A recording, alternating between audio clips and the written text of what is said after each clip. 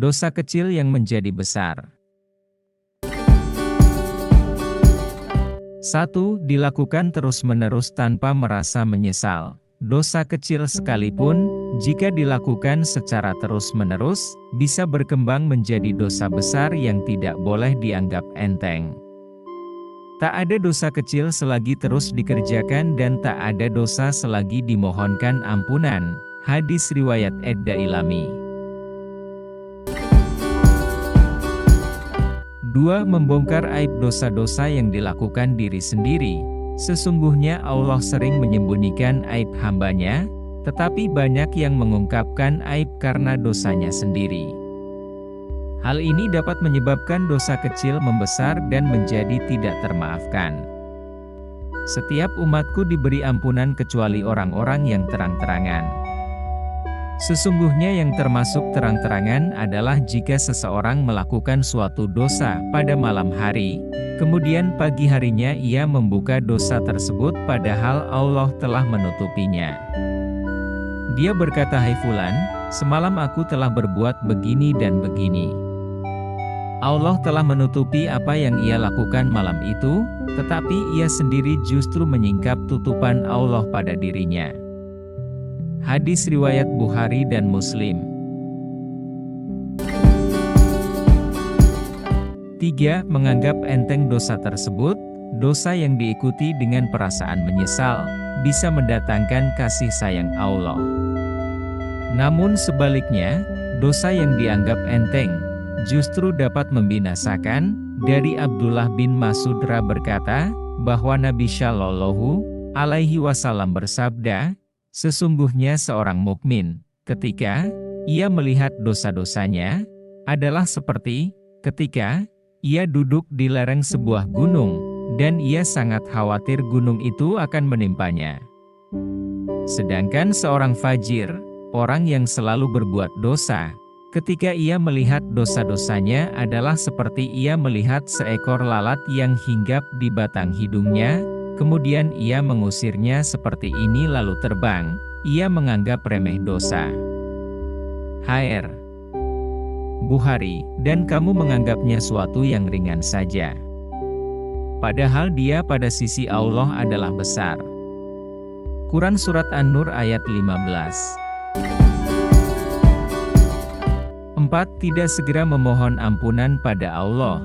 Setiap kali kita berbuat dosa, segera pahami kepada siapa kita telah berdosa dan mohon ampun kepada mereka.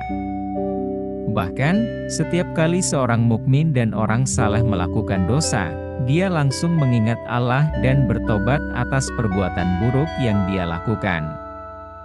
Dan juga orang-orang yang apabila mengerjakan perbuatan keji atau menganiaya diri sendiri, mereka ingat akan Allah, lalu memohon ampun terhadap dosa-dosa mereka, dan siapa lagi yang dapat mengampuni dosa selain Allah? Dan mereka tidak meneruskan perbuatan kejinya itu, sedangkan mereka mengetahui. Quran Surat Ali Imran ayat 135.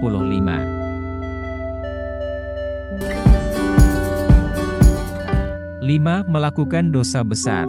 Ketika seseorang terbiasa melakukan dosa kecil, dia berani melakukan dosa besar karena dia merasa sudah terbiasa. Oleh karena itu, penting untuk memastikan bahwa kita harus menghindari dosa besar bahkan ketika kita telah melakukan banyak dosa kecil. Jika kamu menjauhi dosa-dosa besar di antara dosa-dosa yang dilarang kamu mengerjakannya, niscaya kami hapus kesalahan-kesalahanmu, dosa-dosamu yang kecil, dan kami masukkan kamu ke tempat yang mulia, surga. Quran Surat An-Nisa ayat 31.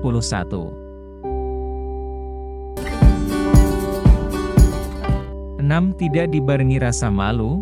Rasa malu amat penting dimiliki, sebagai pertanda adanya iman di hati seorang hamba. Selain itu, rasa malu juga bisa menghilangkan dosa besar menjadi dosa kecil. Sebaliknya, tanpa rasa malu, dosa kecil bisa terhitung sebagai dosa besar. Dan di sini ada sebuah perkara yang harus dicermati, yaitu bahwa sebuah dosa besar terkadang dibarengi dengan sifat malu, rasa takut dan pengagungan akan beratnya dosa tersebut yang menjadikannya dikategorikan dengan dosa-dosa kecil. Dan sebaliknya, terkadang sebuah dosa kecil dibarengi dengan sedikit rasa malu, tidak mengacuhkan, tidak takut dan sikap meremehkan dengan dosa tersebut yang menjadikannya dikategorikan dengan dosa-dosa besar, bahkan menjadikannya di tingkatan yang paling tinggi dari dosa-dosa besar itu. Dan perkara ini kembalinya kepada apa yang terbetik di dalam hati. Lihat kitab Madarij As-Salikin, karya Ibnul Qayyim.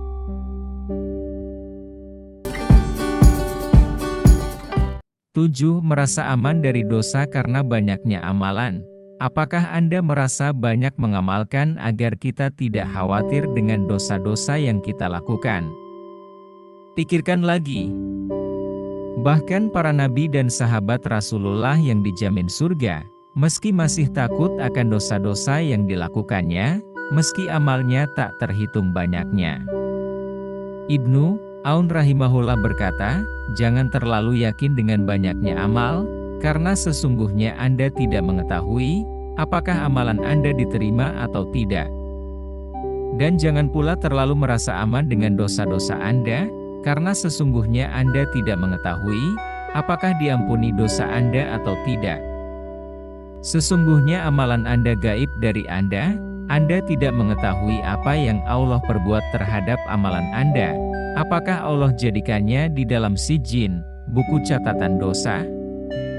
Ataukah dijadikannya di dalam Iliin, buku catatan amal syalih? Lihat kitab Syu'ab al-Iman, karya Al-Baihaqi.